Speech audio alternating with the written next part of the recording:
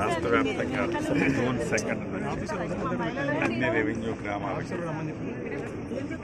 MRO స్థాయి అధికారులు ఈ భూభారతి 2025 చట్టాన్ని ఇంప్లిమెంటేషన్ కోసం గ్రామ స్థాయిలో సమస్యలు ఏవైతే ఉన్నాయో ఈ సమస్యలను పరిష్కరించే దిశగా టేక్అవుట్ చేయడం జరుగుతుంది.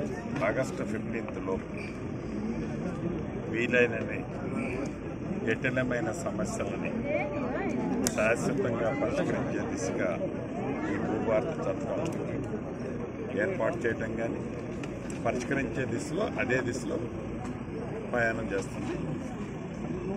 తర్వాత సర్వేయర్స్ లైసెన్స్డ్ సర్వేయర్లు 6,000 మంది ఈ నెల 27వ తారీఖు నాడు ఫైనల్ చేస్తాం.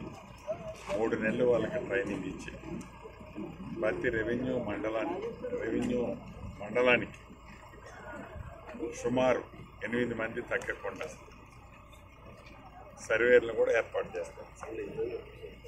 అదే రకంగా ఇందిరమ్మ ఇళ్ళు ఫస్ట్ ఫేజ్ ఆల్రెడీ 4,50,000 ఈ నెలాఖరులోపు లబ్ధిదారుని ఫైనల్ చేస్తున్నాం. ప్రత్యేకంగా చెంచులు వారి ఉపతెగలకు సంబంధించి రాష్ట్ర వ్యాప్తంగా ఉన్న 9,872 మందికి ఫుల్ ప్లెడ్జ్లో ఇందిరమ్మ ఇళ్ళు ఇవ్వాలని గౌరవ ముఖ్యమంత్రి గారు నిర్ణయం చేయడం జరిగింది. అవి ఇవ్వటం జరుగుతుంది.